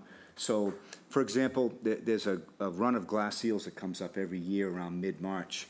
We really don't want to see people having 8 people in the stream when that glass eel run is underway, because they'll be trampling on those eels. So the timing under this document is very important, and then I think coordination with the Department of Natural Resources is important. But how would you like me to list it? Chatham Conservation Trust? It's the Chatham Conservation Foundation. Foundation. Well, maybe I'll receive that edit from, you guys. and Terrific, thank you. Yeah. I do appreciate that, because we would like to start doing some, real active work there, so that'd be great. Yeah, I mean, I don't think that there would be any problem with you following this document and doing the work with your volunteers. I don't think anyone would have. Coordinating with towns. Yeah, to make yeah. sure that it's I don't see consistent. why that would be a problem. Yeah, it's done commonly other places. I think the key is to have one entity that's responsible for coordinating and managing it. In most towns, the Department of Natural Yeah, Resources does that that. makes sense. Okay. Do you have a question? I don't know if I have a question, but when I read through this, it all seemed reasonable. I did take a second glance, though, at the part where it says, the way it reads to me is that you would be able to remove a large caliper tree if it interfered with fish run. What was the question again? It says here that, oh, wait a minute, maybe I'm misreading it. Stream bank growth, including large caliper trees, have ecological values and should not be removed unless the condition impedes fish passage or exacerbates bank erosion. Right. So the way I read that is that under this authority here, you could remove any size tree if you deemed yourselves that it was impeding the fish run. I read it as saying they should not be removed. Yeah. Unless they specifically impact fish Should passage. not, unless the condition impedes fish passage. Right. So I view it as maybe like a large tree fell into the stream. It might need to be chopped up and removed. Right. I read it a little differently, Okay, so well- that's just as a, Clarify, yeah. I would say think about edits, and we can clarify that.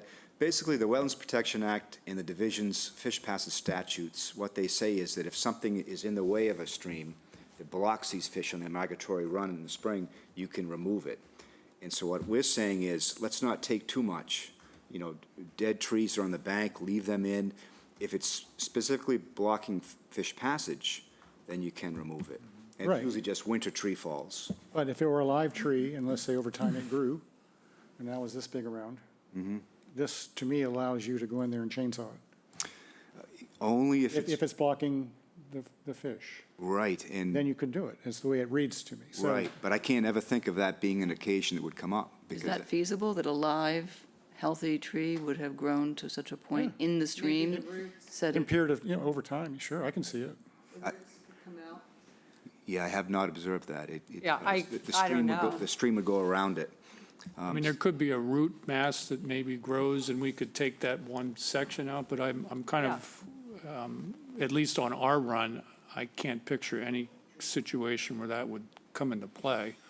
You know, there's, I think the only thing I would recommend here is maybe an oversight by the agent before you remove a tree. I'd welcome ideas to edit that last sentence there to make it, Sure. stronger. Because that's, yeah, I can't ever remember cutting a live, large caliber tree with this type of work in 20 years. It's something we don't want to do. The whole practice is evolving. I think 20 years ago, people took too much material, just happy to be out there, happy working with tools. People would just cut too much. You're seeing a real focus now on leaving material for buffer, for canopy, for other wildlife. So I think the practice has evolved quite a bit recently.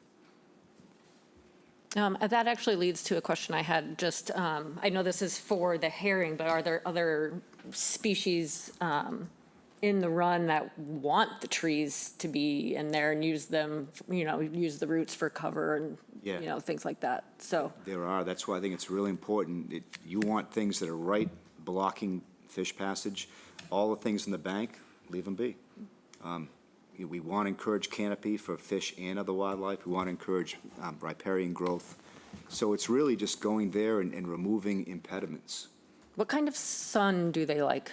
I can't recall. Do they like, kind of shaded, More shade, the more better. shade? Yeah. Seagulls are very brazen to come in where there's no canopy. When there's a canopy, seagulls will not come in, so you can reduce mortality that way. You can reduce the temperature of the water flowing through. So really, that type of canopy is good for everything. And it's just, just enough space to have the fish get through and not suffer mortality by getting caught up in debris. And you have to think about the little ones when they head back downstream, the juvenile herring, they're moving passively, so debris jams can catch a lot of individual little ones and result in mortality. So another reason to keep an eye on those winter debris buildups. And do we have any counters, like fish counters in Chatham, or? Not like, I mean, I'm familiar with Harwich, obviously, but. we got involved with a herring count program where volunteers did it for a few years. It was not easy, it's awkward, and then the local property abutting the areas, they didn't necessarily change hands, but some different people came in and they were uncomfortable with volunteers walking by the bedroom, if you will. So it really didn't, I don't want to say it didn't serve a purpose, but we didn't feel it was that worthwhile to continue. And then we talked with Brad about putting in some automatic counters, and that really gets complicated. So, and expensive and difficult, and a lot of resources to maintain that. So as of currently, we are not doing counts. And again, while it's good to see our numbers, the herring run or our herring run is, this big. Well, I was going to say, is it compared to anything some- like Brewster and Harwich, or is it Chatham is, not insignificant, but, Yeah. less? It's a relatively minor run compared to some of the other large ones. My wife and sister-in-law were among those counters, and I thought they were counting in two places. There was where this picture is, but also further downstream, I thought, because they dragged me along. We with had it. a couple places, I've forgotten exactly where they were, but, in both cases, they were walking onto private property and. Yes, they were. I thought it was kind of weird, too. I agree. One thing that's happening on the Cape is these herring runs are shifting to night movements more and more because of better predator populations are increasing. And so these fish are running more and more at night. So the visual counting the daytime is not as effective as it used to be. So we looked at this site to put an electronic counter, and there was not enough outflow from the pond to drive an electronic counter. The only other choice is video, and video is just very labor intensive to process the images. Oh, yeah. And you'd need permission from the property owner to maintain that daily. And they might be willing to give that permission, but I think it's just a difficult endeavor for this site.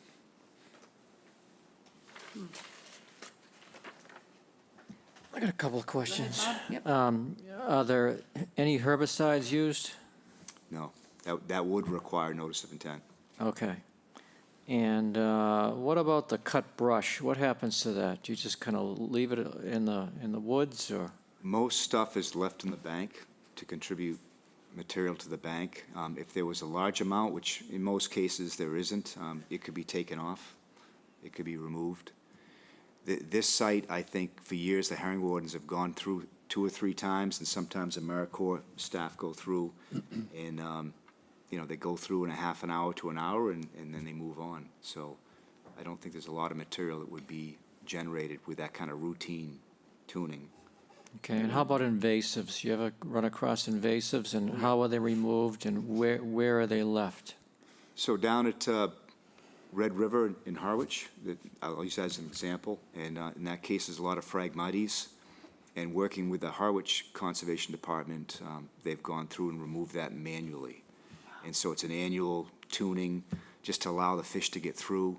You will never get on top of it that way, but you will allow the fish to pass. If they really want to get a hold of that site down at Red River, they would have to probably deploy herbicides. That's unfortunate reality with Phragmites.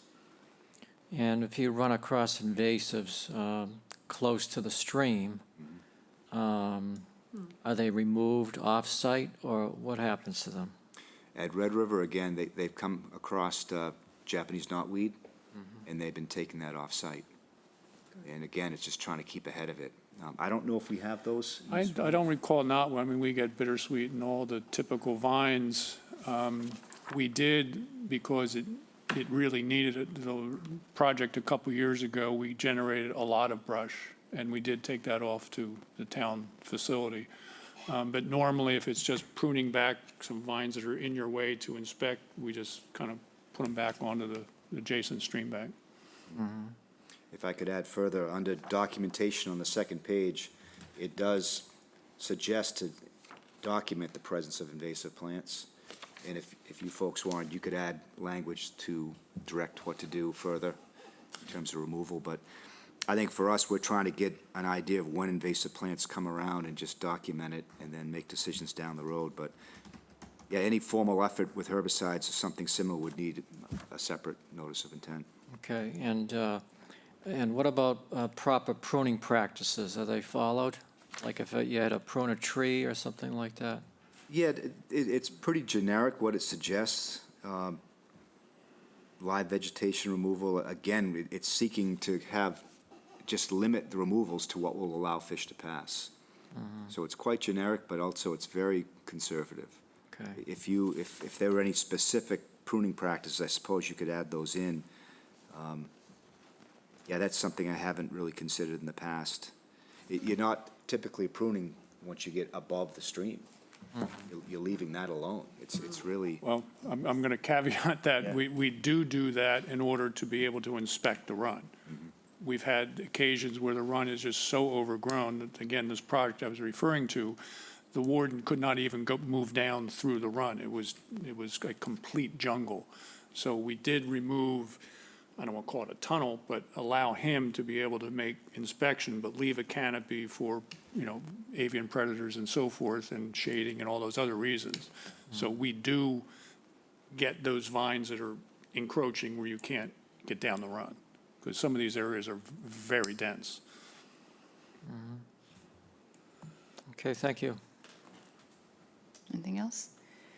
Okay, I think what we'll do then is we will make this document available electronically to all members of the commission and invite everybody to add language, make edits, and then we will have it, we'll schedule it now for another hearing, and then we will approve it.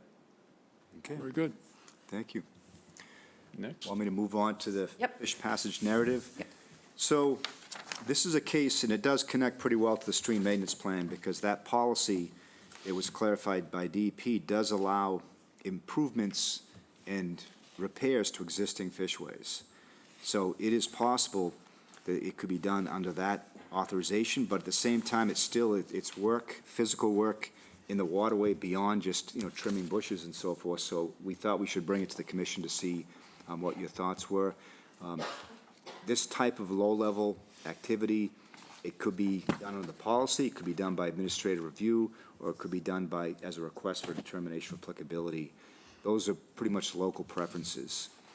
So I'll run through what we're doing, and then we'll have some discussion on that. So downstream of Stillwater, there is a channel that receives a lot of sand that moves from the pond, and that sand will shoal at 2 locations below the fishway at Stillwater Pond, and it builds up over time and reduces the water depth for fish passage. My crew built that fish ladder in 2010, and so we've been keeping an eye on the site ever since, and we're seeing that sand build up. So we want to reduce those 2 shoals. Secondly, there's 4 concrete weirs in the stream that go back before our records, a very long time. The worst one is undercut on the sides badly from erosion, and we're proposing to reform that to connect the concrete into the banks. We're just putting a concrete form on both sides with rebar and mix concrete in a wheelbarrow. It'll be a very limited amount of concrete, and fix that one weir that way. The other weir that has that type of erosion, we're suggesting to just put in some fiber rolls and then backfill and seed it and pack in the sand from the channel. And a 3rd weir is fine the way it is. A 4th weir, I think, is unnecessary. And we're suggesting if the town wanted to, we could remove it or just leave it be. We'll do a survey before we do the work to check the elevations. And if the elevation between those 2 weirs is minimal, we may advocate removing or just leaving it alone. So 4 weirs, one's going to have a little bit of tuning to it. The other one will have some packing of fiber rolls.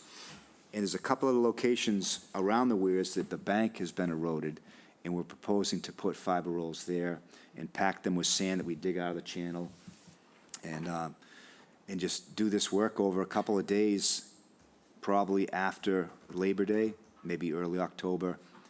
I originally proposed to bring in our excavator and do the work. In discussions with Ted and the property owner, we felt that would kick this project up to a high-level review, almost certainly an RDA. And so we decided to just keep it with manual digging and hand labor.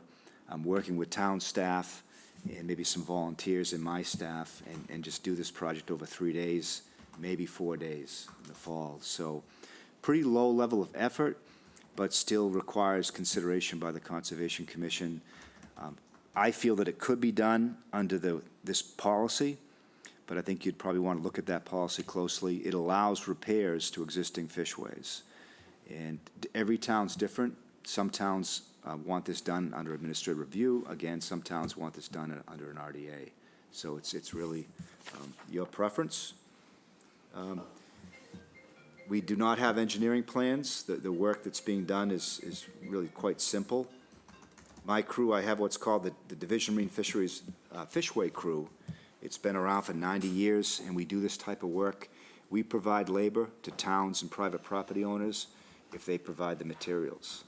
And so this is an example of one of those low-budget, cooperative type of projects that we do all over the coast. Just to enhance his crew, when we were concerned about the condition of the fish ladder that's kind of shown in Figure 3, what you're seeing is the new one. We had some estimates of, repairing it for tens of thousands of dollars, And then Brad and his crew kind of came in and said, no, we can do this for very simple. And in just a couple of days, these guys knocked this thing out, and it was $500 worth of concrete or Well, we whatever. did Lovers Lake and Stillwater for $750 each. And the estimate from the Natural Resource Conservation Service, I believe, was $58,000 each. And so, you know, we don't have engineering plans. It was done under an RDA back then. But it's an example of what our crew can do working locally with towns. So there's a limit to what we can do, but that's certainly a fishery that was done very inexpensively. And very competently, I can attest to that. Okay, thank you. I guess the question that jumps up to me right away is, when you're talking about repair to the weirs and the installation of fiber rolls, you are impacting land along the, so do you, to Lauren's point from Chatham Conservation Foundation's perspective, if you are doing that on their property alongside the stream, do you not need them to be part of your application? In this case, no, because the property is immediately at the outlet of Stillwater Pond. So That's not our. yeah, it wouldn't intersect your property. So we have been in consultation. For example, if you folks wanted an RDA, the property would have to sign that. Right, And then Division of Marine Fisheries would act as an agent. right. And I've already discussed that with them, and they're happy to see this go forward. They just want to have us come back and tell us the way it's going to go. But that's what we would do. If it was downstream, we would work with them. Okay, and make sure it's got it. So- compatible with their goals for the I'm property. just checking that this has been thought through and that's all part of the plan. Yep. I'm just gonna go out on a limb here, figuratively speaking, and say my preference right off the bat is to go with the RDA. When you're at the level of installing fiber rolls and doing concrete repairs in the stream and along the banks, that seems that would be the best way to go. But let me see what other people think. Go ahead, Bob. No, it sounds logical to me. It's more than an AR, I think. It is can be. more than an AR. Yeah, I wouldn't necessarily feel comfortable approving like an AR on my own. Yep. So it would just be nice to have not that I think that it's going to be much of a problem, but it would be nice to just have everyone's input. I also think it's good to do the RDA because then it's on record that this has happened. An AR, we don't hear it. Right. So we wouldn't be as aware. So an RDA keeps us all in the loop. It's a record, yes. Does the channel need to be, widened at all, or is it staying in the same footprint? It would stay in the footprint. The outflow is very minor, and so, the water coming out is what's going to be accommodated. So we would not seek to change the dimensions at all. We would just seek to draw down 2 of the shoal areas where the sand is built up. So hand digging would be the way to go. With an RDA, we would consider bringing an excavator. When I read this new policy, no machine work is allowed. And it does allow us to do this type of work. So to me, this is a marginal case. I would not have a problem with somebody agreeing that this could be done on the existing policy, but I do think that it's important to, see what every commission wants to do. And so we could revisit the excavator question, but I think that would only be if we're going to remove that 4th weir. We'd want the machine for the 4th weir. Otherwise, Grab it. yeah, otherwise we will have plenty of help to hand dig. I mean, I Okay. think hand digging would be of preference. Yes. Okay, other questions, comments? I do have a question. I don't recall in the Wetlands Protection Act, in some cases, it talks about, well, agricultural uses are exempt from this and exempt from that. Do these fish runs appear, to your knowledge, in the act at all? They do, but to me, it's a massive omission in the development of the Wetlands Protection Act. And this is me just speaking personally from someone who's been around this for a while. But when the act was developed, transportation authorities, agriculture, and mosquito control received exemptions. And these sea-run fish did not receive exemptions. And yet other statutes say that you must allow these sea-run fish to reach their spawning and nursery habitats. So I think the policy that I keep talking about, I believe, was an attempt by DEP to correct this, and they felt they couldn't go back and change the act easily. It's quite a process. And so what they did was they wrote a policy that connects the fish passage statutes to the Wetlands Protection Act provisions that say that these sea runs fish are one of the protected resources under the Wetlands Protection Act. And there is one section, let's see, it's CMR 310-1035, which specifically Right. says that you cannot impact these herring runs. I have to say, I agree, I did, and if they go with the RDA, they'll cite to, there are performance standards, both in the state regulations as well as the Chatham wetland regulations. They're identical, but they're pretty vague and they're pretty general. Right. I think your policy goes well beyond that to provide further, but for the moment, those are the legal performance standards that we have to adhere to, so that would be part of the submission. Right. It's interesting. Somebody wasn't there to advocate for these fish runs back in the day. And so I think the policy helps a little bit. But there's nothing to keep the act from being modified to include. It's actually quite difficult Is to it? All right. modify. It's a statute. It's a statute. Yeah, You get- and it- need to get the legislature to do it. Yeah, the legislature has to be involved, and there'll be tremendous advocacy one way or the other. And we talked about it a lot, and we said, okay, why don't we just find a way to make it easy to have people maintain these runs, with low-level effort. Anything with larger efforts, come in as an NOI and review things that way. Okay.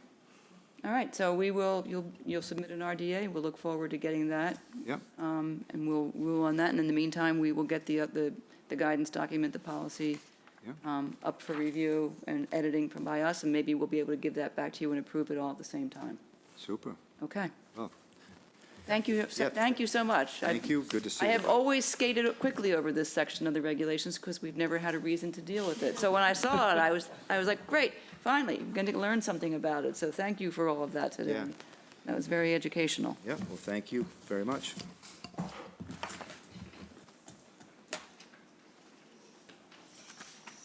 All right, anything? That's it for that. The last thing I have here is, so looking forward, we're off next week, and then on the 23rd, we have 3 new NOIs have come in by the deadline yesterday, and we have 3 orders of condition scheduled to be issued on August 23rd. So we talked about it a little bit. I've talked to Karen, I talked a lot about it yesterday, and we'd like to propose another variation on our evolving process for developing and finalizing orders of condition.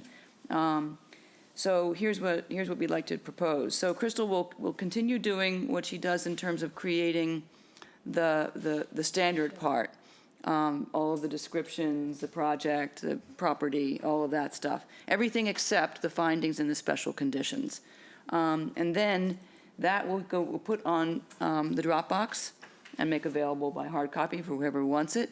And if we do that by the Monday before the hearing, everybody will have a chance to look at it, edit it, make comments on it. And then at our pre-hearing meeting on Tuesday, we can look at them and finalize them. And then they go up on MyTownGov, because they don't need to be on MyTownGov before end of the day Tuesday. People have enough time to look at them. And I think that'll work. So everybody will be invited. We'll remind you when they're ready, say, please check your notes, take a look at these, make sure that all the findings that we think are important to be in here are in here, and the conditions that we think are important are also in here. And then we'll do a final edit on Tuesday afternoon and post them on MyTownGov. When will they be in Dropbox? By the Monday. By COB, Monday? Yeah. No, it would have to be you have to have enough time to read it and Makes a think difference. about it. It makes a difference. It does make a difference. We'll have to talk to Crystal. I mean, she's been doing very good about getting these things up and out early over the weekend.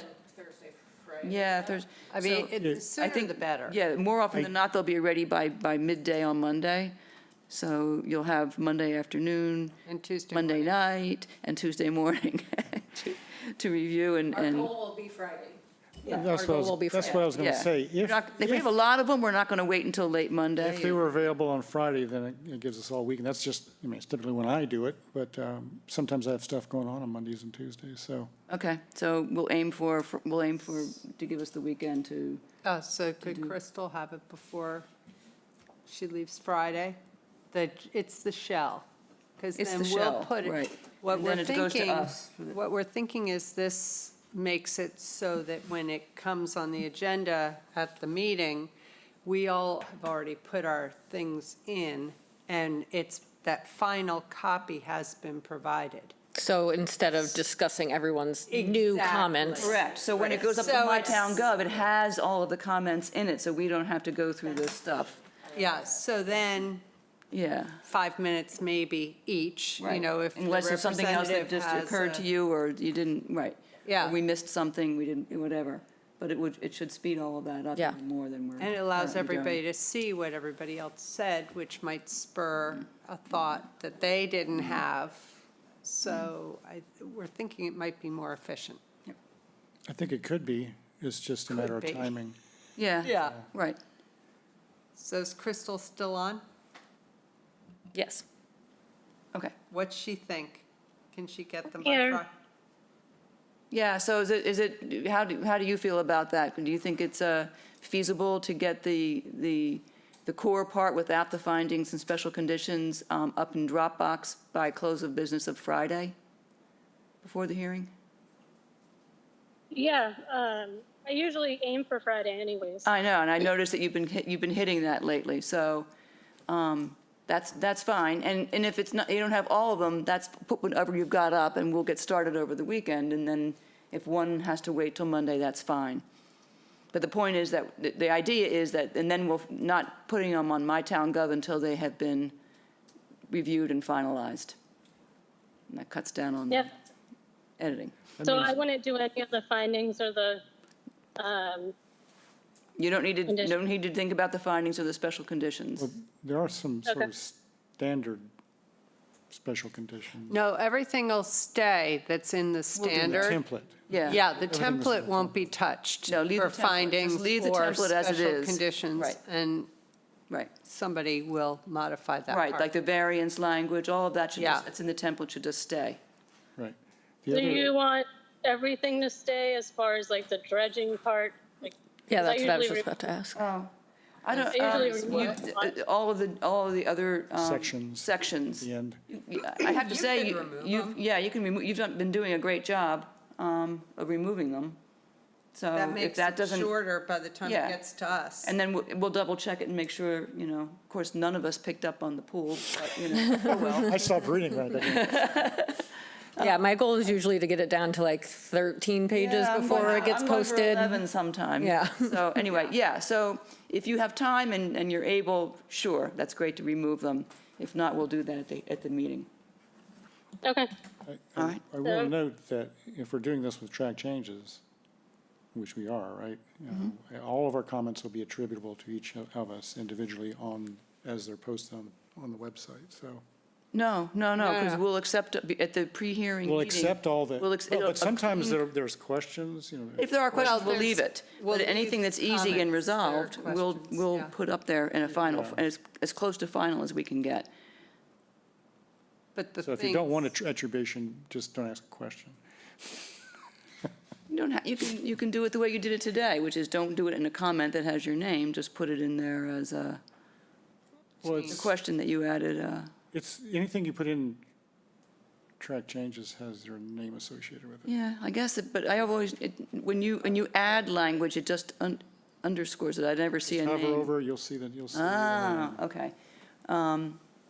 We'll figure it out. create an It'll anonymous take a little account. work the first couple times, but we'll get it. Anything else? Yeah, found this in the, this is being the Wetlands Regulations brochure. Yeah. Found it in the carousel upstairs. Nice. Behind, the carousel was rotated behind, and it was back there. And it also doesn't come out above it's like here. So I didn't know what it was until I went and lifted it up. I see. So anyway, good news is it's out, it's published. Bad news, not necessarily the bad news, but I do think we should talk about ways to get it out as broadly as So possible. I've already sent it to a bunch of engineers. I'm waiting for more to print Oh, good. to be able to keep sending them out. But I've sent out 500 have gone out. Oh, wow, excellent. All right. Another good target group would be the realtors, and encourage them to pass it on to buyers at the I closing. believe we are Yeah. sending, or we're doing them with the new homeowner letter, right? Yep. Yeah. Okay, good. So they're getting into the hands of people who are buying. May I suggest giving it to select board, zoning board? Boards Yeah. that sometimes don't fully understand what this is all about, so. Mhm. Yeah, we can pass them out around the, the various office staff that supports those boards and. Have them pass them on. Yep. And is there a way upstairs at the desk to have these, thing that, because I think very few people are going to actually just chance upon it in the carousel that's downstairs, for the reasons I mentioned.